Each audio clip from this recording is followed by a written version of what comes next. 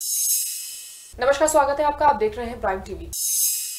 चीन में फैले जानलेवा कोरोना वायरस से पिछले 24 घंटे में हुबेई प्रांत में 25 लोगों की मौत हो गई। कोरोना वायरस से चीन में मौतों का आंकड़ा अब 132 पहुंच गया है। देश में 6000 लोग इससे संक्रमित हो चुके हैं। विशेषज्ञों ने चेतावनी दी है कि अगले 10 दिनों में स्थिति इससे भी ज्यादा भयावह हो सकती है। सरकार ने लोगों को घरों से बाहर न निकलने की सलाह दी है। वहीं भारत सरकार ने कहा है कि वुहान में 500 भारतीय हैं जिन्हें सुरक्षित स्थानों पर रखा गया है। सूत्रों के मुताबिक एयर इंडिया वुहान से लोगों को एयरलिफ्ट करने के लिए 31 जनवरी को अपनी फ्लाइट भेज सकती है।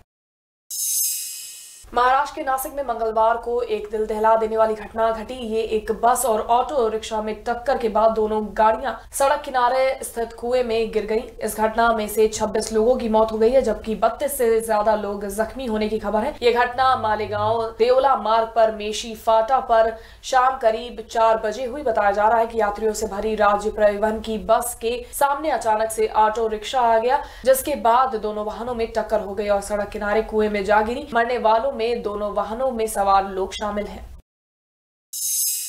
चुनाव आयोग ने केंद्रीय मंत्री अनुराग ठाकुर और सांसद प्रवेश वर्मा को भाजपा की स्टार प्रचारक लिस्ट से बाहर करने का निर्देश दिया है। दोनों नेताओं पर चुनावी रैली के दौरान भड़काऊ और विवादित बयान देने का आरोप है। आयोग ने दोनों नेताओं को 28 जनवरी को नोटिस भेजकर जवाब मांगा था। एक दिन बाद ही उन पर एक्शन ले लिया।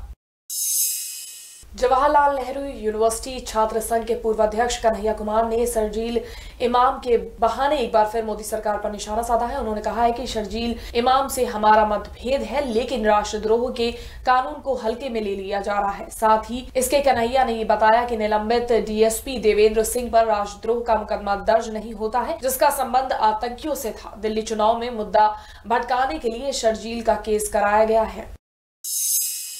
केंद्रीय कैबिनेट ने आज मेडिकल टर्मिनेशन में प्रेगनेंसी बिल 2020 को मंजूरी दे दी है। ये bill medical termination of pregnancy act 1971 में संशोधन करेगा। नया बिल आगामी संसद सत्र में प्रस्तुत किया जाएगा। मंत्रिमंडल ने गर्भपात करने की अनुमति के लिए अधिकतम सीमा 20 सप्ताह से बढ़ाकर 24 सप्ताह करने को अनुमति दी है। विज्ञप्ति के अनुसार मेडिकल बोर्ड की जांच में मिली भ्रूण संबंधी विशेषताओं के मामले में गर्भावस्था की ऊपरी सीमा लागू नहीं होगी।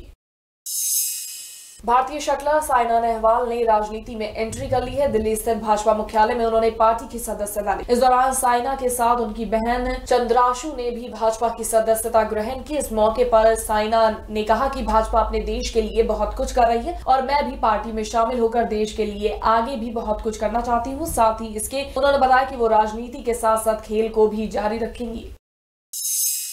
बिहार के सीएम नीतीश कुमार पर झूठ बोलने का आरोप लगाने के बाद प्रशांत किशोर पर जेडीयू हमलावर हो गई है। पार्टी के प्रवक्ता रहे डॉक्टर अजय आलोक ने तंज कसते हुए कहा कि प्रशांत किशोर भरोसेमंद नहीं है। उन्होंने ये भी कहा कि प्रशांत किशोर आम आदमी पार्टी के लिए काम करते हैं। राहुल गांधी से बात करते हुए और बंगाल के सीएम ममता के साथ मीटिंग करते हैं। भला कौन इन पर भरोसा करेगा, इसलिए हमें खुशी है कि ये कोरोना वायरस हमें छोड़ रहा है। सोनभद्र के चौपन थाना क्षेत्र में जंगली जानवरों से सुरक्षा के लिए लगाए गए विद्युत तार की चपेट में आने से एक युवक की मौत हो गई, जिसके बाद उसी युवक का शव पुलिस ने नदी से बरामद किया। मौके पर मौजूद सीओ ने युवक के शव को कब्जे में लेकर पोस्टमार्टम के लिए भेज दिया है और जांच के बाद आगे कार्रवाई करने की बात कही है।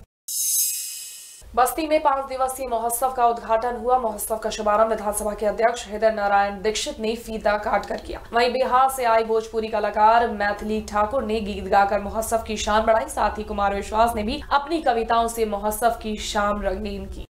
भारत की संसद ने इस कानून को पारित किया। लोकसभा ने पहले पारित किया, फिर राज्यसभा ने पारित किया, उसके बाद राष्ट्रपति जी के हस्ताक्षर हो गए, उसके बाद ये कानून बन गया। कानून का पालन करना कराना ये सबकी जिम्मेदारी है। आगरा में कुछ लोग प्रधानमंत्री आवास योजना को पलीता लगाते नजर आ रहे हैं। बता दें कि कुछ पीड़ित महिलाओं ने आरोप लगाया है कि उनके साथ सोसाइटी संचालकों ने प्रधानमंत्री की योजना बताकर उनसे लाखों रुपए झड़प लिए। साथ ही इसके उन्होंने बताया कि सोसाइटी में कढ़ाई, सिलाई और अन्य कोर्स को सीखने आने वाले अभ्यर्थियों से पैसे इकट्ठा कराए गए, जिसके बाद वो काम करने लगी, लेकिन अब तक किसी का भी वेतन नहीं दिया गया है। इससे आहत होकर पीड़ित महिलाएं थाने पहुंची। वहीं इस संबंध में पुलिस अधिकारी का कहना है कि आरोपी के खिलाफ मुकदमा दर्ज कर मामले की जांच शुरू कर दी गई है। वेलफेयर सोसाइटी के खिलाफ विभिन्न थानों में जनपद में कई मुकदमे पंजीकृत हुए हैं, जिसमें साक्ष्य संकलन करके और खिलाफ कार्रवाई प्रचलित है। इसमें उनको यही आश्वासन दिया गया है कि हम लोग हफ्ते में कुछ ना कुछ ठोस साक्ष्य इनका कंप्लीट करके और जो भी लोग इसमें शामिल हैं फर्जीवाड़े में, उनके खिलाफ सख्त से सख्त कार्रवाई करेंगे।